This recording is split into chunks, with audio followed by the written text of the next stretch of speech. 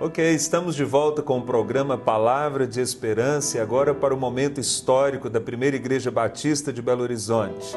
E hoje estamos tendo a grata satisfação de receber o Dr. David Maddox, filho do terceiro pastor de nossa igreja, o pastor O.P. Maddox, que foi pastor nos anos de 1919 a 1921. E Dr. David, recebê-lo aqui com certeza é motivo de grande alegria. O senhor nos honra muito tendo aceito o convite para estar dando depoimento em nosso programa. Nós agradecemos muito a sua presença e gostaríamos mesmo que o senhor nos contasse um pouquinho da sua história, de um modo especial, como foi que seus pais se conheceram e se casaram. Eu estive lendo algo sobre isso e foi muito interessante. Primeiramente, eu quero agradecer ao pastor Jackson por ter me convidado para estar aqui hoje. É uma honra muito grande, um prazer muito grande. Os meus pais conheceram enquanto meu pai estava no Seminário de Sul dos Estados Unidos e, como era costume, os seminaristas sempre tinham uma igreja que talvez fosse só uma vez por mês, igrejas pequenas, etc. E o seminário era no estado de Kentucky, mas que é pertinho lá, não é muito longe de onde Tennessee, Springfield, Tennessee está. Então eles convidaram que papai pregasse. E isso deve ter sido mais ou menos 1902 ou 1903. E foi interessante porque os membros da igreja gostaram muito, mas mamãe era organista e perguntaram a ela o que ela achava. Ela falou: de modo algum, porque ele é solteiro, e além disso ele é muito bonito e ele não deve ser o nosso pastor. Mas embora ela tivesse dito isso, eles o chamaram para ser pastor. Okay. E em continuação da sua pergunta, quase que como uma novela, não é? Eles começaram a se gostar bastante e papai se apaixonou por ela e vice-versa. E quando ela pediu a mão dela em casamento, ele achou que não devia continuar como pastor daquela igreja, então ele pediu demissão e voltou, e depois eles se casaram em 1904. Olha, muito interessante a história, né?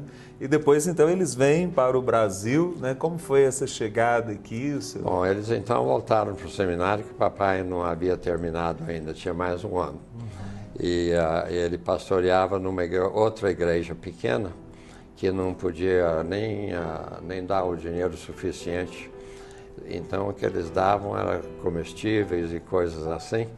E mamãe o encontrava depois dele passar talvez um dia ou dois fora, e querendo vê-lo naturalmente, mas também querendo ver qual foi a colheita daquela semana, né? Porque era difícil. Mas em 1905 ele terminou o seminário e imediatamente mandou uma carta.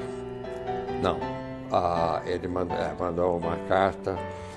Mas antes disso, desculpa, eu estou atrapalhando aqui um pouco, mas eu vou voltar um pouquinho, porque foi muito difícil para eles decidirem, porque ele tinha vários convites na América para ser pastor.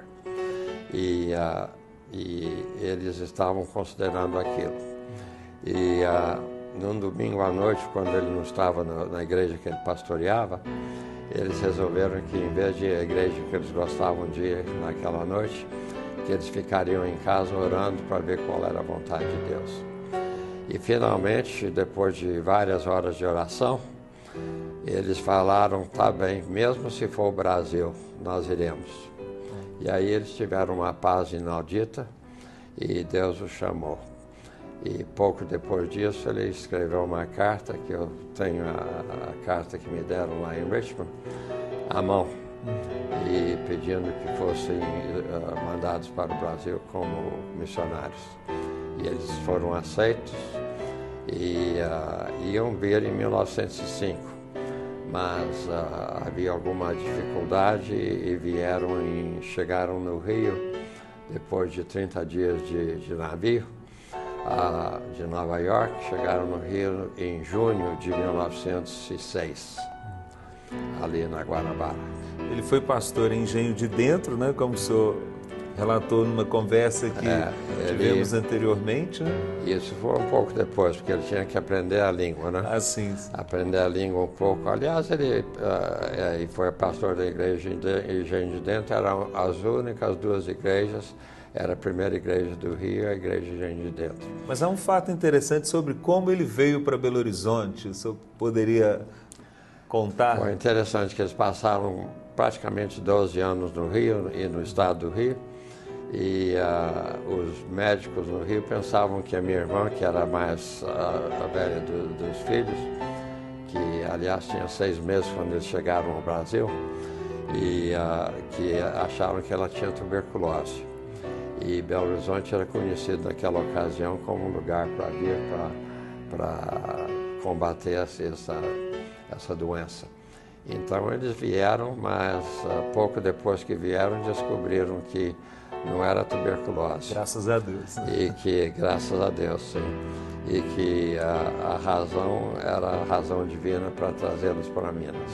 E ele vem, a família então vem para Belo Horizonte, ele se torna pastor da igreja, mas antes ele e a irmã Ifigênia dão início ao Colégio Batista, né? Como é que foi esse processo aí? Papai recebe mais crédito do que isso, do que ele deve, porque ele era mais evangelista, né? Queria fazer... Mas naquela ocasião havia razões para os crentes terem uma igreja. E eles chegaram em dezembro, no dia 17 de dezembro de 1917. No dia 1º de março de 1918, mamãe começou uma escola lá em casa com 13 alunos. E daí foi o início do Colégio Batista. Ok, então aí o Colégio Batista começa com o trabalho dos seus pais, né? É o Marco que hoje também está com mais de 90 anos, né? E é um marco em nossa cidade, né? E como Primeira Igreja Batista, nós nos orgulhamos de fazer parte desse momento histórico juntamente com a sua família. Ok, Dr. David Maddox, foi um prazer tê-lo conosco em nosso programa, nos alegramos muito, agradecemos muitíssimo a sua participação, que Deus abençoe ricamente a sua vida. Agradecemos a você, telespectador, por ter nos assistido nesse momento, a você a nossa gratidão e até a próxima semana com mais um programa Palavra de Esperança. Que Deus o abençoe.